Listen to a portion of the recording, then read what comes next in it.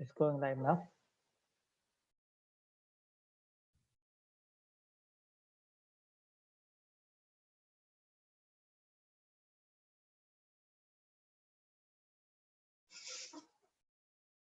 Assalamu alaikum, brothers and sisters. It's day 26 of our regular daily ICZ Ramadan program. I now invite Maulana Sayyid Hadi Yasin to give us a lecture on Ahkam of Ramadan. أعوذ بالله من الشيطان اللعين الرجيم بسم الله الرحمن الرحيم الحمد لله والصلاة والسلام على سيدنا ونبينا حبيب قلوبنا وطبيب نفوسنا أبي القاسم المصطفى محمد وعلى أهل بيته الطيبين الطاهرين واللعنة الدائمة لأعدائهم أجمعين من الآن إلى لقاء يوم الدين بسم الله الرحمن الرحيم رب اشرح لي صدري ويسر لي أمري واحلل عقدة من لساني يفقهوا قولي. Brothers and sisters, السلام عليكم ورحمة الله.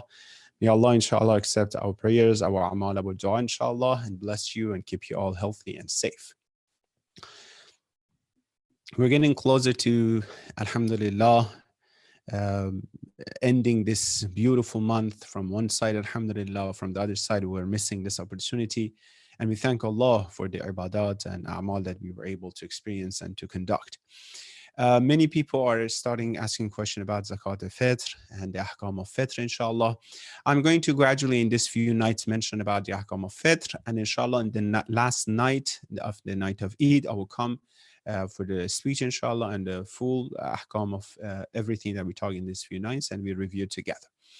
Overall, the Ahkam of Fitr is important to mention that Zakat al-Fitr is wajib for every single person who at the eve of the Eid al-Fitr, after the sunset of Eid al-Fitr, the eve of Eid al-Fitr, who is baligh, has attained puberty, aqil, and is a sane person, is not faqir and poor, and is conscious, is not unconscious.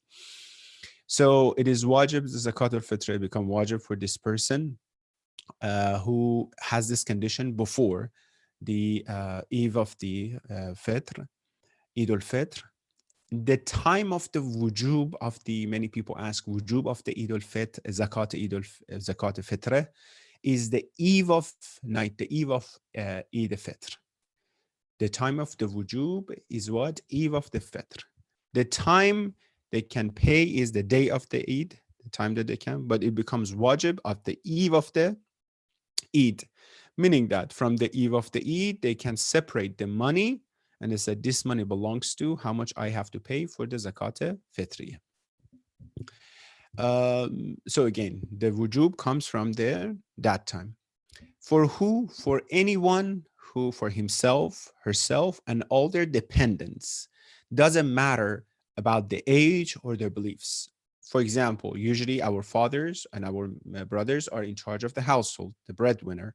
So for a father, a husband is wajib for himself to pay the fitrah of himself and all dependents. That means the wife, that means children, no matter what age they are, no matter if they are, God forbid, a Muslim, non-Muslim, doesn't matter. The age, the zakat of fitr of even kafir is wajib, right? So it's important to pay attention. So for anyone who will be considered the dependent of that person, for himself and for whoever, the dependent of that person is wajib for that person. The time of paying that for someone, the deadline, for someone who is going to say the Salat Eid al-Fitr, they have to pay ihtiyat wajib before the azan, before the Salat Eid, they have to pay. For someone who wants to pray Salat Eid al-Fitr, then they have the time. The time is extended all the way to the Zuhr of Eid. We'll talk about it, how about after that. But so far, remember, the time you can put aside your money that you owe for yourself, for your family, at the night of Eid. We'll talk about it, inshallah, that at ICZ we're preparing the situation so you can pay online, inshallah. But at the night of Eid, you can separate it. And then, inshallah, at the day of Eid or night of Eid, you can pay as well with the niyat of, inshallah, that it's wajib. And then at the day of Eid, if you pray, before you pray, we'll talk about it. You can pray farada as well yourself. It doesn't have to be jama'ah. We'll talk about it. And if you don't pray, inshallah, until noon, you have the time to pay. We'll talk more about this, inshallah. We ask Allah subhanahu wa ta'ala, give us tawfiq and accept all our prayers, our amal, inshallah, with the barakat of salawat ala Muhammad wa ali Muhammad. Thank you, Maulana, for these kamat. I learned something today. Now I invite Sheikh Amin Rastani. Before I invite him, I would like all of you to please recite a Surah Fatiha and 3 times Surah Ikhlas as we do every day. And please include those for whom there is no one to recite Fatiha and your own marhumin and those whose names are on Monument of Zahra.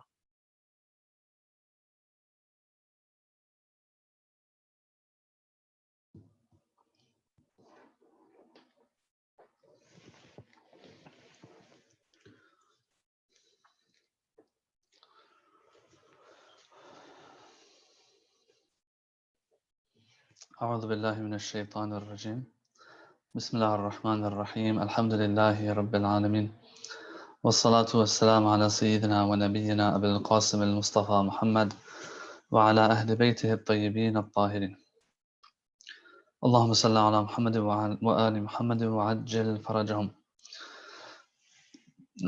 عن الإمام علي عليه السلام: غضوا أبصارهم عما حرم الله عليهم ووقفوا أسماعهم على العلم النافع لهم.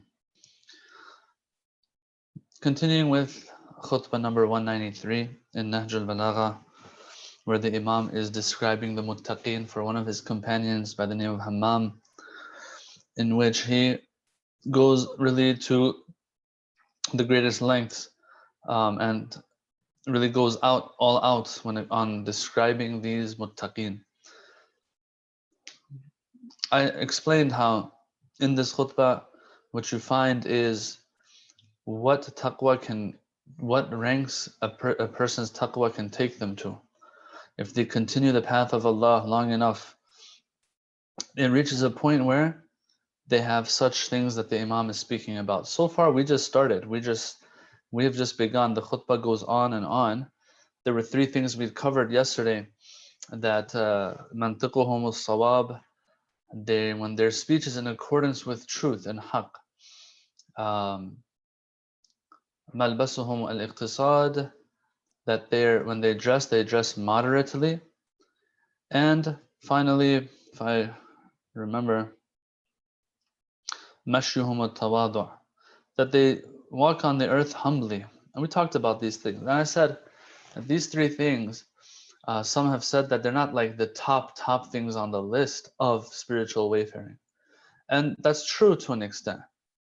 But the reason why they are such is very, very significant. And so as a result of that, these 3 become significant as well. They are signs of something great.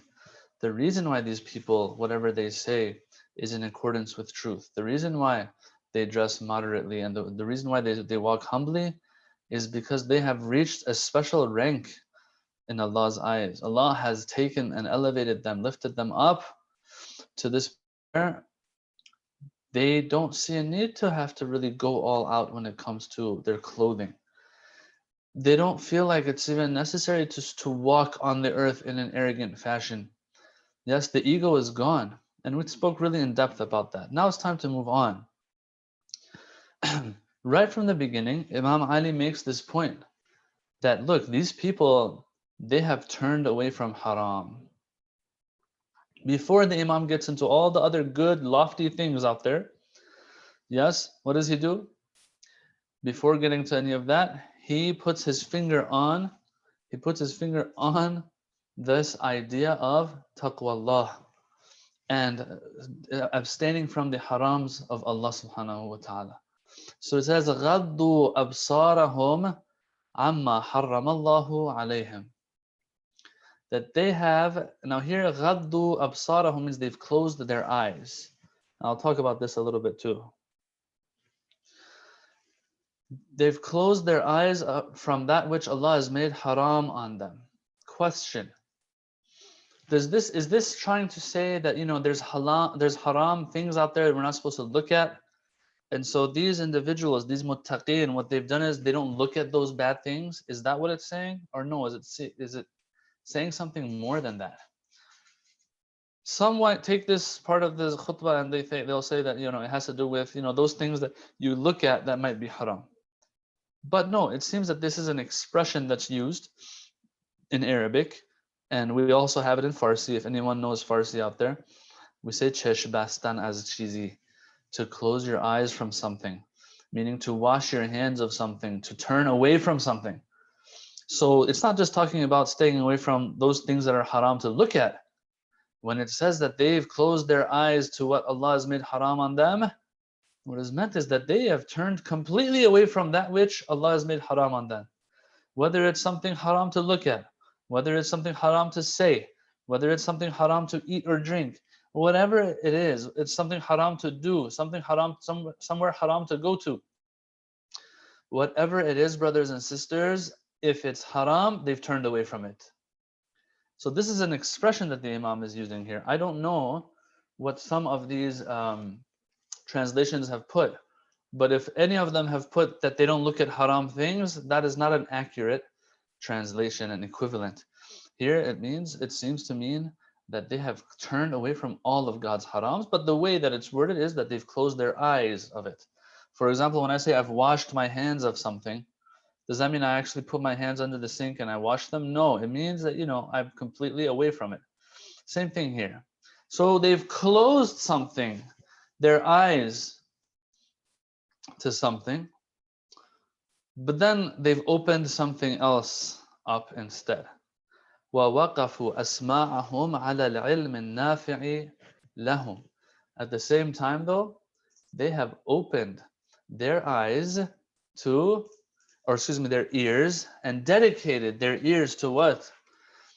To al-ilm al-nafi', beneficial knowledge. That's what they've done. All right. So now, if they have closed their eyes there, it's as if there's something that could have made it into them, but they didn't let it come in, which was haram.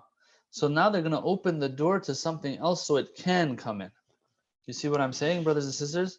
You close your eyes to haram, you open your heart, your ears to what?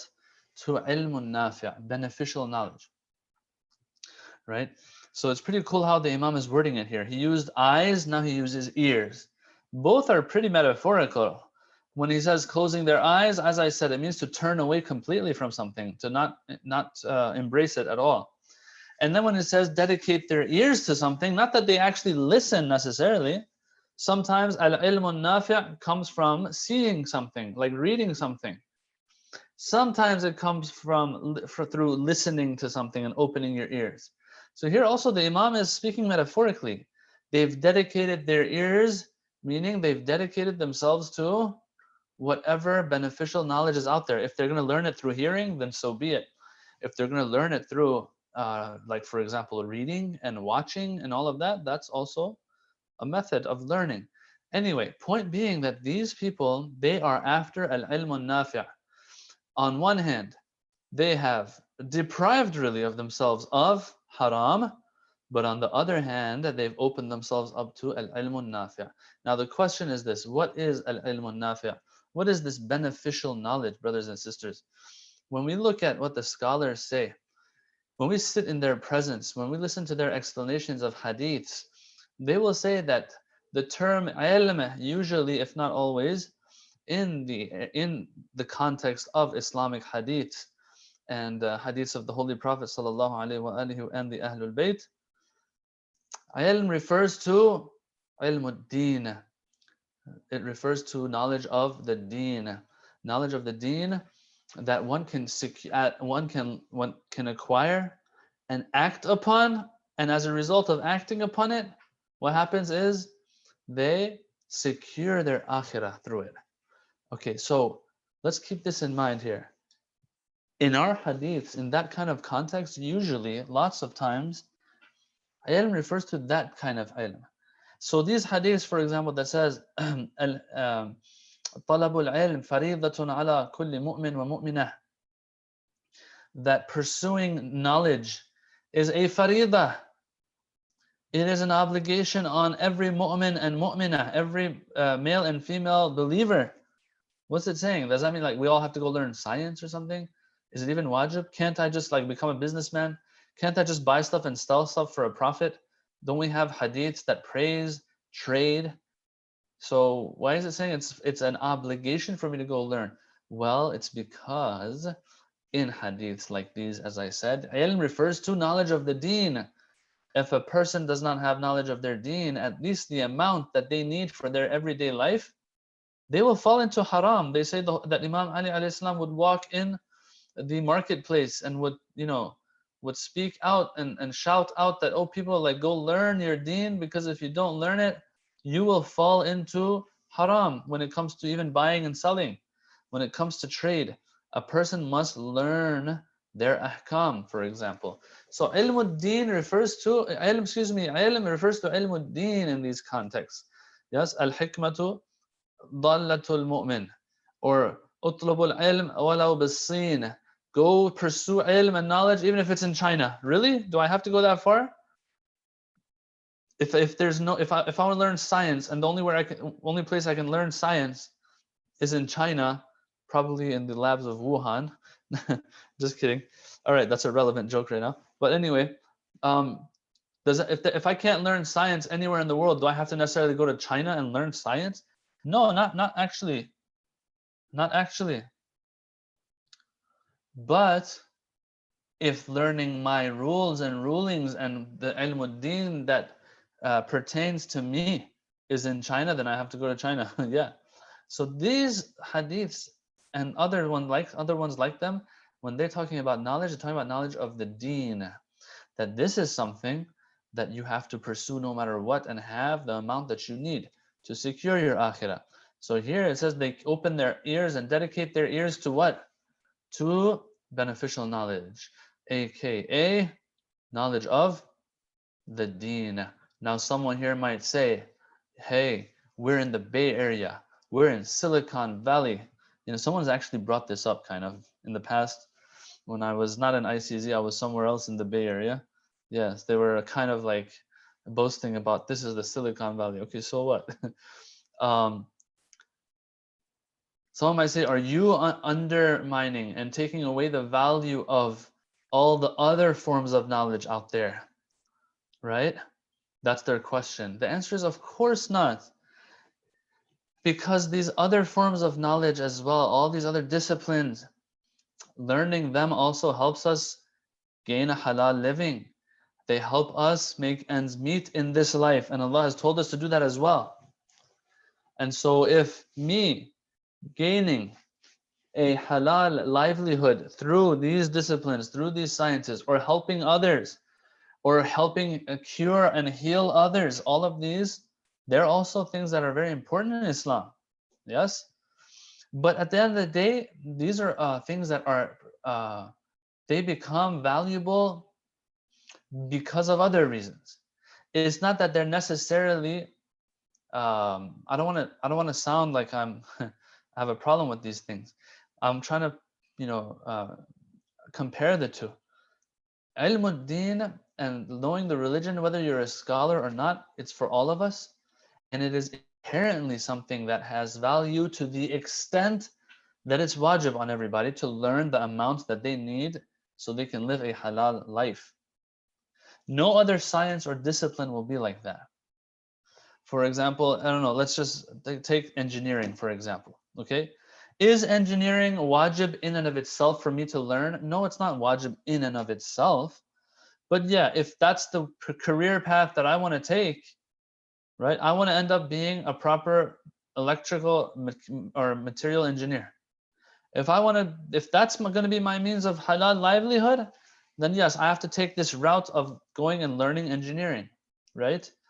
All right, so it'll become kind of wajib, not because of itself, because it's going to get me to a certain point. But ilm-ud-din in and of itself is something. It's not because ilm-ud-din is going to secure my financial future that I'm going to go learn it. No, the only reason that it becomes wajib is because it is for my akhirah. So there's a difference here between these. It says they dedicate their ears to beneficial knowledge. And this is what I really like about Islam. You can look into other faiths and see if those other faiths will give this importance to learning about the faith the way Islam does. Even scripture and holy texts and all that. Yes. In other faiths, for example, let's say the Catholic faith, there's a whole hierarchy. Yes, starting with the Pope and coming down, right?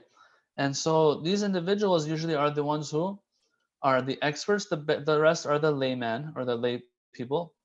In Islam, it's a little different. I know that we still have scholars and stuff, but just because someone wears this turban, for example, doesn't make them any different than anyone else when it comes to learning the religion. I have to learn my religion for myself, and of course, I will teach others as well. And a person who's not a scholar or wearing the turban still has to go learn somehow. We all have to go learn. We're all in the same boat. That's what's pretty cool about Islam. All right, so the Imam continues. He says, "Nuzzilat أنفسهم منهم في البلاء كالتي نزلت في الرخاء." That these individuals, these muttaqin, he's moving on to the next characteristic they have. They, in times of hardship, are the same when they're in times of ease. They're no different. نزلت أنفسهم منهم في البلاء كالتي نزلت في الرخاء. There's two ways I can explain this. One way for sure, I would say the Imam is saying, and the other, maybe the Imam is also trying to say. The part that seems to be 100% what the Imam does mean is that when you look at them, they won't be too joyous when things are good, going good, and too grievous when things are going bad and not their way. We have a verse in the Quran, we have other parts of Nahj al-Balagha that also speak of this. Right? In the Quran, it says, لِكَيْ لَا تَأْسَوْا عَلَى مَا فَاتَكُمْ وَلَا تَفْرَحُوا بِمَا آتَاكُمْ. Yes? So that you may not become too joyous or become too upset and grievous when you lose something and don't gain something of this dunya.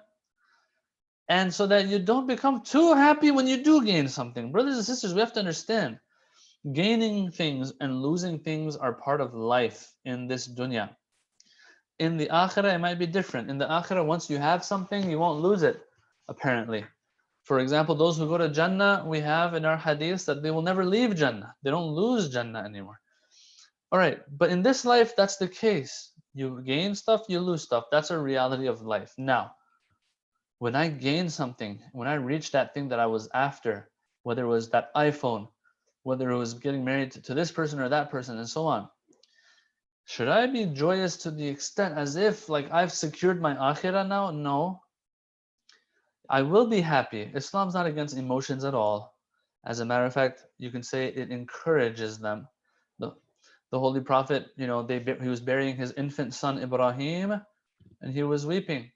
And the people said, "Why are you weeping, O Prophet?" As if, this dunya is not worth weeping over. That's what kind of, seems like they were saying to him indirectly. Like, you're teaching us not to worry about this dunya, so why are you weeping? And he said something in return to them in response that, like if a person doesn't weep or if a person doesn't show mercy and emotion, they won't be shown mercy either. Like, man la yarham la yurham. So God has created us as these kinds of beings that have emotions. There's nothing wrong with that. And that's not the point the Quran is making here. The Quran is not saying don't be happy when things are good and don't be sad when things are bad. That's fine. No, but some people, they become too joyous. As if, this is the clause right here, the stipulation, as if they've gained their akhirah. Yeah? This person gets that new phone and they are so happy as if like the akhirah has been secured. No. This is something that Allah has given you, and then you might lose it in the future, or you might upgrade it in the future and you won't even look at it anymore. Yes? Same thing with losing something. If a person loses something in this dunya, it's not the end of the world. Yes? Do you have akhirah still to work for? Yes, I do. Then don't be too upset now. You can be upset, but don't be upset to a point that you're immobilized now. You can't even move and you're just upset and you're just sitting home for 2 weeks or something. Once again, sometimes there will be a big tragedy that befalls us and a person really wants to take a break for 1 or 2 weeks, 1 or 2 days, 1 or 2 months even. That's fine. These are all exceptions. But all in all, this is not the rule, brothers and sisters. Okay, so the Imam is saying this is how they are. Now, that for sure, in my opinion, is what the Imam is saying. But at the same time, I think there might be more than this as well. There might be more to this as well. And that is that not only is there the overjoyous or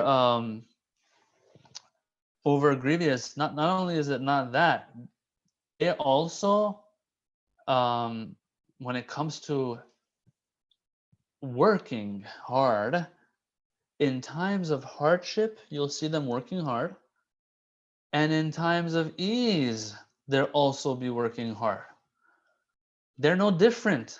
So it's not just the emotions, it seems. I think you can go further a little bit and understand that no, it's not that they, even when it comes into their practice and how they are in practice, they're still going to be the same. Now, what are they busy with during times of hardship? Well, dealing with the hardship. So for example, if a person, their relative, for example, is in the hospital, they're hospitalized. Okay, this person has to come and go, take care of them, and so on and so forth, right? We do have that. We have no choice. We have to take care of them. So they're working hard. Now, once things go back to normal, it doesn't mean that this person's job is done now. Okay, good, we're done. Let's sit back and relax and not be productive anymore. No, this person will say, okay, what's next on the list? Let me go learn about my religion. Let me go preach my religion. Let me go work hard and make some more halal money and use that money for myself or for others. They are hard workers during hardship, dealing with that hardship or whatever it is. And during times of ease, they're working hard still. The same amount of energy that they were using there, they're probably using here, but now for other things. And that's what life is all about. If there are any younger guys watching, that's what life is all about. You get free time, it's fine. You can, play your games, you can play your video games, you can play your Call of Duty, all that kind of stuff. But like, keep the balance and work hard in the times that you're supposed to work or study. Okay? نزلت أنفسهم منهم في البلاء كالتي نزلت في الرخاء ولولا الأجل الذي كتب الله عليهم لم تستقر أرواحهم في أجسادهم طرفة عين شوقا إلى الثواب وخوفا من العقاب. Here the Imam points something out in their hearts again. A point that they have reached spiritually. The Imam, he says this. He says, if it wasn't, these individuals that I'm talking about, these muttaqeen, they have reached a point where if it wasn't that Allah's divine decree applied to them, and as a result of Allah's decree, their death, their time of their death was already set, then their souls would not waste any time departing from this dunya. Let me repeat that. If it wasn't for Allah determining when they're supposed to pass away, they would pass away right now on the spot. Why? شوقا إلى الثواب خوفا من العقاب. Because of their eagerness for thawab and the rewards of Jannah, and out of fear of punishment of God. They are so scared of the punishment of God that if you leave them to themselves, their souls will depart. All right, what's going on here, brothers and sisters? What's going on? Well, what's going on is that these people have reached a point where their iman is so high that they don't really care too much about staying in this life.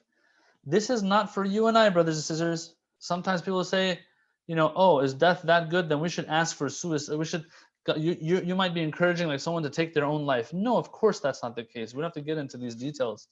It's obvious that that's not the case, because that will be going against God's command, and that might put us in eternal maybe fire even. Maybe. That's not what we're talking about here. It's a reality, brothers and sisters. When someone's in love with whatever it is, their mind is there all the time. Their focus is there all the time. You let them go for a second, their focus goes there again. Their mind goes there to whatever they love, they're in love with, right? And so what happens is, because they're so in love, these individuals, of the thawab of the akhirah, that they are like, I want to go there sooner. Think about it, like a child, right? A child is going to have a birthday party soon, right? Like in a week, this child is going to have a birthday party. And so every night, this child, can he fall asleep? He's like, no, just thinking about birthday party that's coming up. And he knows who's coming over. He knows all the gifts that are going to be coming. He knows all the fun that's going to be happening. So this child can barely fall asleep. These people, they are so into these muttaqeen. They are so into the thawab of the akhirah. They are so preoccupied by its thoughts, to the point that they're like, they can't stay here anymore. They want to go sooner. That child who has a birthday party coming up in a week, if you ask the child, hey, you want us to speed up time? You want us to speed up time so that your birthday comes sooner. You want us to do that or not? If you ask that child, which child is going to pass on that offer? You get what I'm saying here? No child is going to pass on that offer. And so here, these people as well, if it was up to them, their souls would depart right away. But there's an obstacle. Allah's decree doesn't allow that right now. It's not time. And you can't obviously take your own life. So you're going to have to continue waiting for the time to come. Shawqan ila al-jannah. Two reasons why their souls can't stay within their bodies. Number one, they're so eager to go. But number two, on the flip side as well, they have fear of Jahannam as well. And that fear is so great for them that it seems that their souls are ready to leave their bodies because of fear. You know, sometimes if you scare someone, really bad, there's a chance that, their heart might stop working, right? They'll say, don't play pranks on like older people who have heart problems. Or if there's like something that, they want to show that's a little graphic and violent, they will first make a disclaimer, people that are under 18 don't watch, people that have heart issues don't watch, etc., etc. Why? Because that grief, that sadness of seeing something like that might affect that person so much that they just might die right on there on the spot. Here it says, first of all, they can't wait to get to Jannah. At the same time, although they know they're not going to go to Jahannam, but Jahannam is there, and it is so horrible and horrific that their souls can't take that either. It just wants to leave the body because of the fear. Now this, brothers and sisters, denotes a high level of iman, a very high level of iman. And so we have to understand that this also doesn't come overnight. It comes as a result of continuous obedience of Allah subhanahu wa ta'ala. Okay? So there are 2 points I want to make here out of this, after explaining this part of the khutbah. 2 points I want to draw from it. Number one is that the Imam puts his finger on both things. One, hope and eagerness, and another one, fear. There is this concept in akhlaq that akhlaq teachers will usually talk about, and that is to always be in a state of khawf and raja together.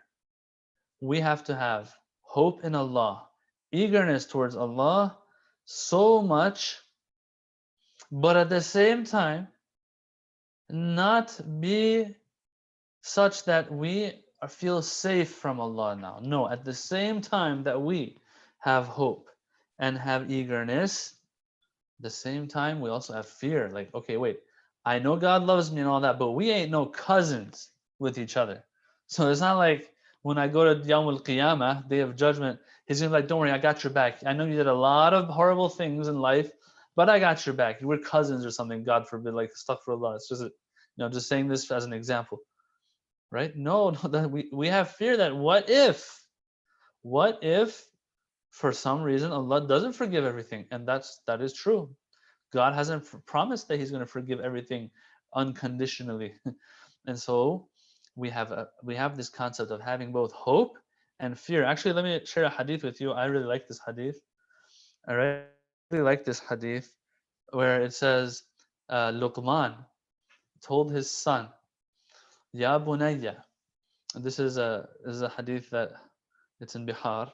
Ya bunayya, خف الله خوفا لو أتيت يوم القيامة ببر الثقلين خفت أن يعذبك. He says, oh my son, because Luqman wasn't a prophet or anything, right? It's not, I mean, we have hadiths that explicitly say that he wasn't a prophet, he was a very wise and pious and righteous individual. Yeah, and so the Quran speaks of him. We have a surah in the Quran by the name of Luqman. He speaks to his son, tells him, gives him advice about how to be and all that stuff, right? We all know about that. And so he says in this hadith, the Imam is telling us that he told his son, "Oh son, I want you to have so much fear in Allah, to have so much fear in Allah subhanahu wa ta'ala, that if you were to enter upon Allah on the day of judgment, you would be scared that He would punish you even though you bring all of the good deeds of the thaqalain, the jinn and mankind. I want you to have that much fear in Allah." Okay? So, brothers and sisters, like if you're listening, like there goes all of our hope right now, right? Okay? There goes all of our hope out the window. And so we have to, like, we better have another side to this hadith or else we're in trouble. And that's why Luqman continues. So that's good news. He continues. He says, وَرْجِلَّهَا رَجَاءً لَوْ وَفَيْتَ الْقِيَامَةِ بِإِثْمِ الثَّقَلَيْنِ رَجَوْتَ أَن يَغْفِرَ اللَّهُ لَكَ. All right? If at the same time though, my son, I told you the fear part, but let me also tell you this, that have so much hope in Allah subhanahu wa ta'ala, that if you were to approach Allah on the day of judgment and come into the day of judgment with the sins of all of the thaqalain, meaning jinn and mankind, you would still have hope that God is going to forgive you. Wow. Just like wow, okay? So we have both of them together. At the end of the day, there's no guarantee. If a person has all hope and no fear, they will fall probably. And if a person has all fear and no hope, they will probably fall as well. Shaitan uses any tools he can get his hands on, right? And so the Imams are teaching us to be careful about it. All right, now, that was one point that I wanted to get out of this line of what Imam is saying. There's also another point that I want to get out of this, and that is that it says they are going, their souls will depart. Their souls will depart shawqan ila thawab, because of their eagerness for the reward of Allah subhanahu wa ta'ala. Thawab, we all know what sawab means, right? Okay, so that shows that it's not such a bad thing to want the rewards of Jannah. All right, so I'm gonna say this because growing up, we would always hear something that would give us guilt, and that is that if you are worshiping Allah, obeying Allah because of Jannah and the rewards of Jannah, that is not worth anything. How many of you are like that? Well, I can't see you to ask you to raise your hands, but I mean, how many of us have gone through that guilt? Am I questioning the hadith that says that, the highest form of worship is that which is done for Allah? Of course I'm not. Do I not believe in that hadith? Of course I do believe in it. Do I think that that is a correct and accurate hadith in the sense of what it's telling us? Yes, I do. Of course I do. But I'm never going to tell my 10-year-old or 15-year-old kid who does ibadah, who worships Allah, that, hey, you should do this for Allah. I don't want you to think about the rewards of Jannah. Is that how the Quran does it, brothers and sisters? Or is the Quran lots of times mentioning the rewards of Jannah, the blessings of Jannah, the luxuries of Jannah, and encouraging us to do what we need to do because of those rewards that are going to come. وَفِي ذَلِكَ فَلْيَتَنَافَسِ الْمُتَنَافِسُونَ, the Quran says. Yes? Let me pull up the surah real quick. Surah Mutaffifin, verse number 26. Let me read the translation. So these verses are talking about Jannah and some of the blessings. And so it's saying, you will perceive in their faces freshness of bliss as they are served with a sealed. Now here it says a very good drink. Okay, let's just say that. Whose seal is musk. For such let the viers vie. Let the ones who want to compete. The ones who want to find good stuff, let them go look. In other words, if you're a treasure seeker, okay, treasure seeker, but not a pirate, of course, but treasure seeker. If you seek treasure, this is where you should look for treasure, Jannah. Verses like these are telling us that, look, people, this is something to work for. And then here I am telling my child, no, make sure that you do it for love of Allah. Brothers and sisters, falling in love with Allah is not something that I can tell someone to do and then now they're going to do it. You get what I'm saying? This love of Allah slowly enters the heart as a person continues their taqwa throughout life. This love of Allah is put into the heart by Allah as a result of me controlling my anger with my wife and my parents and my children and my husband and so on. These things are what put love in one's heart. It's not a switch you can flip, like a light switch you can flip or something. No. And so we have to continue our obedience of Allah, our worship of Allah, our abstaining from haram, so that we can reach a point, yes, that we fall in love. And when we fall in love with Allah, then we'll see that the worship we're doing is for Allah, and we're not even paying attention to the rewards of Jannah even too much. But in the beginning, it is the rewards of Jannah that we're going to work for. That's perfectly fine.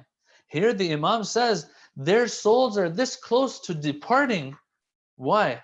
Because they have so much eagerness towards what? Towards thawab, rewards. Well, if there was something wrong with it, the holy Imam would not praise these individuals like this, right? He's praising them. The tone is very clear. He's praising them. So, going back to that hadith, this is very important, by the way. Going back to that famous hadith that they're always giving us guilt with, that there are 3 levels and 3 types of people who worship God. There are some who worship Him or obey Him out of what? Out of fear of being punished.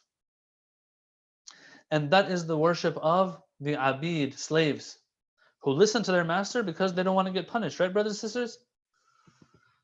And then there's a group of people who are worshiping God out of love of Jannah.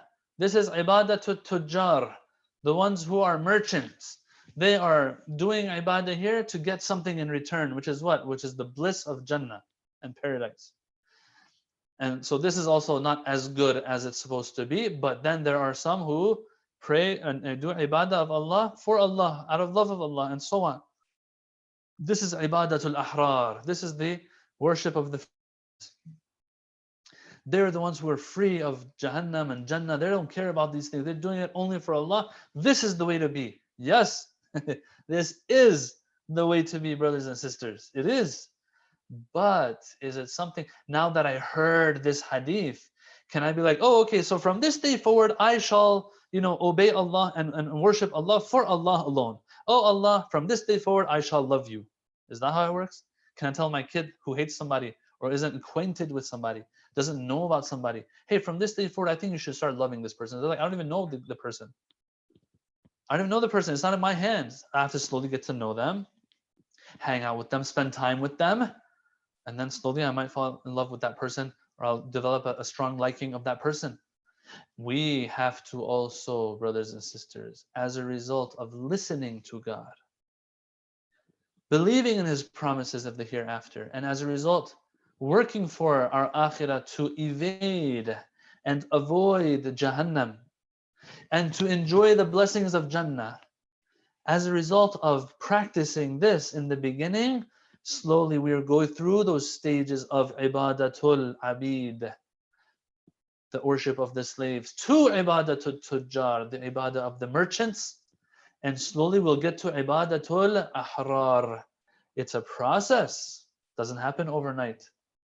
It's like me showing you a YouTube video of some crazy bodybuilder that's they've been bodybuilding for 20 years and taking care of their diet for 20 years. And I tell you, this is it right here. There are some who go to the gym, but they're fat. There are some who go to the gym, but aren't fat, but they're skinny. So if you're fat, you have double the trouble, right? You have to lose the weight and then gain the muscle.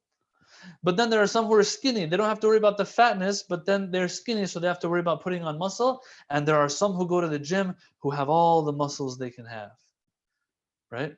So if someone hears this hadith, what are they going to do? What do they get from it? They say, okay, if I'm overweight, I'm going to go to the gym until I reach a point that I'm skinny now. I lost the weight, and slowly I'll put on the muscle, and I'll look like that person in the end. It's a process. So I'm not going to ever go to somebody who's been going to the gym for 3 weeks now and they're overweight and tell them, hey, by the way, there are some people who come to the gym who are overweight. Well, that person's overweight, bichara. Now I'm giving him this guilt and feeling that he's no good.